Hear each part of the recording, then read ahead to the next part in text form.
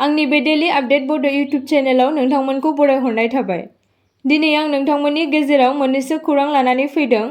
आं आसा खालामो नोंथांमोना भिडिअखौ जोबजासिम नायलांगोन आरो लोगोसे चेनेलखौ साबस्क्राइब खालामनानै लागोन।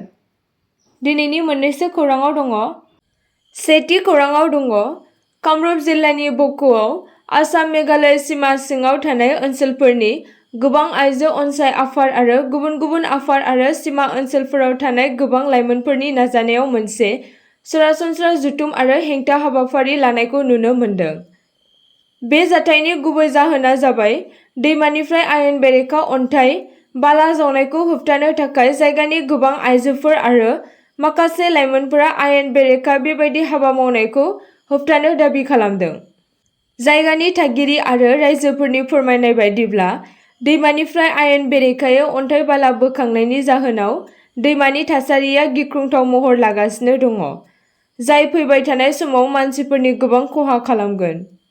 नैथि खौराङाव दङ सोलोंथाइखौ जौगाहोनो थाखाय आसाम सोरखारा फरायसाफोरनि थाखाय मोनसे एडुकेसन लन बेखेवना होदों।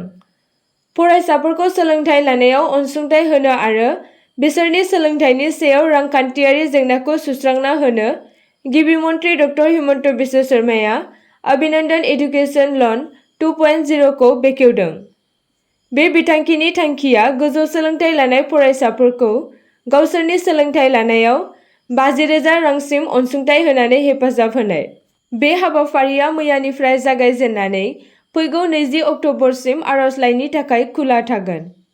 बे अनसुंथाइखौ बैसोर फरायसाफोरा मोनगोन जाय फरायसाफोरनि एडुकेसन लनखौ 2020 मायथाइनि 1 एप्रिल आरो 2024 मायथाइनि 31 मार्चनि गेजेराव गनायथि होनाय जादोंमोन। बे लन एबा अनसुंथाइनि थाखाय एनपिए एबा 2 लाख रांनि खमसिन रांनि दाहारफोरा बे अनसुंथाइनि थाखाय आरजाथाव जानाय नङा। थामथि खौराङाव दङ थांनाय मैया मोनसे जोलुर बादायलायनायनि मोनसे हानजाया देरहानायनि उनाव आसाम काछार जिल्लानि धलायाव मोनसे गिख्रंथाव जाथायाव सोलायदोंमोन। बे जाथाया मैया मोनाबिलियाव सोलिबाय थानाय मातृभूमि काप सेमि-फाइनाल मेच जोबनायनि उनाव जादोंमोन, जेराव भागा इस्लामेटआ लेलाफोरखौ फेजेनना देरहादोंमोन। जेब्ला भागा इस्लामेटनि हेफाजाब होगिरिफोरा गावसोरनि हानजानि देरहानायनि खुसिजों बल गेलेग्रा फोथाराव आरो खाथिनि लामायाव बम गावना रंजादोंमोन। जेननाय लेलापुर हानजानि बल गेलेग्रा मानसिफोरखौ लाबोनाय गंसे मिनि ट्राकआ देरहानाय हानजानि खाथियाव मानसिजों सौग्रावफैदोंमोन। खौरां मोन्नाय बायदिब्ला ट्राकखौ जानला-मानला सालायदोंमोन। कन्ट्रल गैयैनि जाउनाव एसे जानथायनि उनाव राजा लामायाव ट्राकआ गोग्लैहैदोंमोन। बे सौग्रावलायनाया गोबां सुबुंफोरखौ गाज्रियै जोखोम खालामदों आरो बे जाथायनि उनाव मोन्नैबो हानजानि गेजेराव मोनसे दुंहाव थासारि जादों। जेंनाया बांनायनि जाहोनाव अन्थाइ खुबैलायनाय जादों आरो जायनि थाखाय गुलाय-गुजाय आरो गिथावना थासारि सोमजिहोदों। बे जाथायजों सोमोन्दो थानाय मोनसे भिडिअ'आ गोसारदों।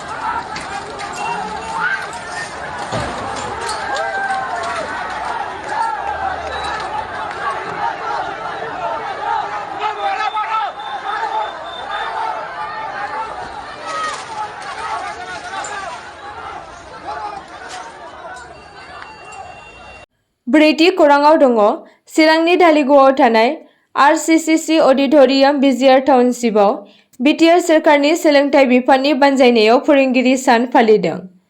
बे हाबाफारियाव गोजौ थाखोनि गुदि आरो गेजेर फरायसालिफोरनि जाय थांनाय 3 बोसोरनिफ्राय ए-ग्रेड मोननो हादोंमोन। जाय फरायसालिफोरा एसएसएलसी आरो एचएसएसएलसी आनजादफोराव गोहोम गोनां उथ्रिनायनि जौखोन्दो मोननो हादोंमोन आरो जायफोरा एचएसएसएलसी 2024 आव साइन्स आरो आर्टस आयदायाव बयनिख्रुइबो बांसिन उथ्रिनायनि जौखोन्दो मोननो हादोंमोन, बिथांमोनखौबो मान होनाय जादों। लोगोसे 2023 आरो 24 मायथाइयाव एसएसएलसी आरो HSSLC आनजादाव सेथि मासि मोननो हानायाव गोहोम गोनां बिहोमा होनायनि थाखाय चिरां जिल्लानि गं 55 फरायसालिफोरनो बाख्नायनायनि फोरमान बिलाइ गथायदोंमोन। आथि खौराङाव दङ। पाठशालानि आनन्दराम बरुवा एकाडेमियाव मोनसे गिख्रंथाव जाथाय सोमजिहोदों। थांनाय मैया एबा बृहस्पतिबाराव फोरोंगिरि सान फालिनाय समाव आसामनि बजालि जिल्लानि पाठशालायाव आनन्दराम बरुवा एकाडेमिनि सासे फरायसाया फरायसालिनि बिल्डिंनि 3थि थालानिफ्राय बाज्रुमदों। फरायसाया बिल्डिंनिफ्राय मानो थाखाय बाज्रुमदों बिनि जाहोनाव हमनो हायाखै। जाथाय जाखांनायनि उनाव फरायसाखौ थाबैनो पाठशाला शहीद मदन रौता हस्पिटाल देहा फाहामसालियाव लानानै थांदों आरो फरायसाया गोब्राब जखम जानायनि थाखाय उनाव गुवाहाटीआव दैथायहरनाय जादों। बे जाथायजों सोमोन्दो थानाय मोनसे भिडिअखौ गोसारनाय नुनो मोन्दों।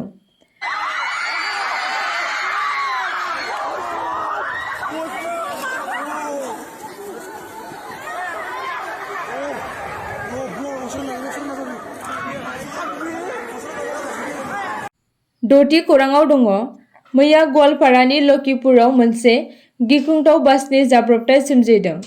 गवालपारा लखिपुराव गुवाहाटीनिफ्राय फैनाय AS01HC4723 नम्बरनि गंसे आल्ट्रा बासआ गंसे बाइकजों मोगा-मोगि जाना मोनसे गोब्राब जाब्रबथाय जादों।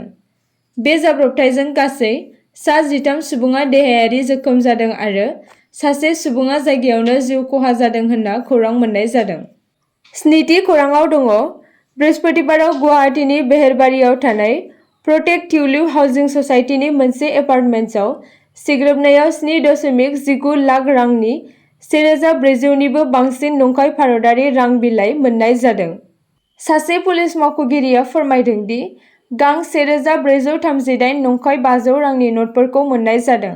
गिबियाव बिसोरनि सासे सुबुंखौ हमनो मोनग्रोदोंमोन। बिनि उनाव हमजानाय सासे दायनिगिरिनि बिबुंथिनि सायाव बिथा खालामनानै गासै नायबिजिरनाय खालामनाय जादों। फोरमायथिनि सायाव बिथा खालामनानै बेहेरबारियाव उननि हरखाब नायग्रोमनायाव नंखाय रां बिलाइफोरखौ हमनो हादों आरो लोगोसे सानै सुबुंखौ हमदों, जायनि मुंखौ कमल बरा आरो जिहारुल हक होनना मिथिनाय जादों। मावख'गिरिया फोरमायबावनाय बायदिब्ला, नंखाय नटफोरनि अनगायैबो गंनै गारि, गंसेया साखा खबनै आरो गंसेया साखा खबब्रै गारियाव नगद रां आरो सेलफोन मोन्नाय जादों। आसा खालामो नोंथांमोना भिडिअखौ नायनानै मोजां मोनगोन आरो चेनेलखौ लाइक आरो साबस्क्राइब खालामनानै लागोन।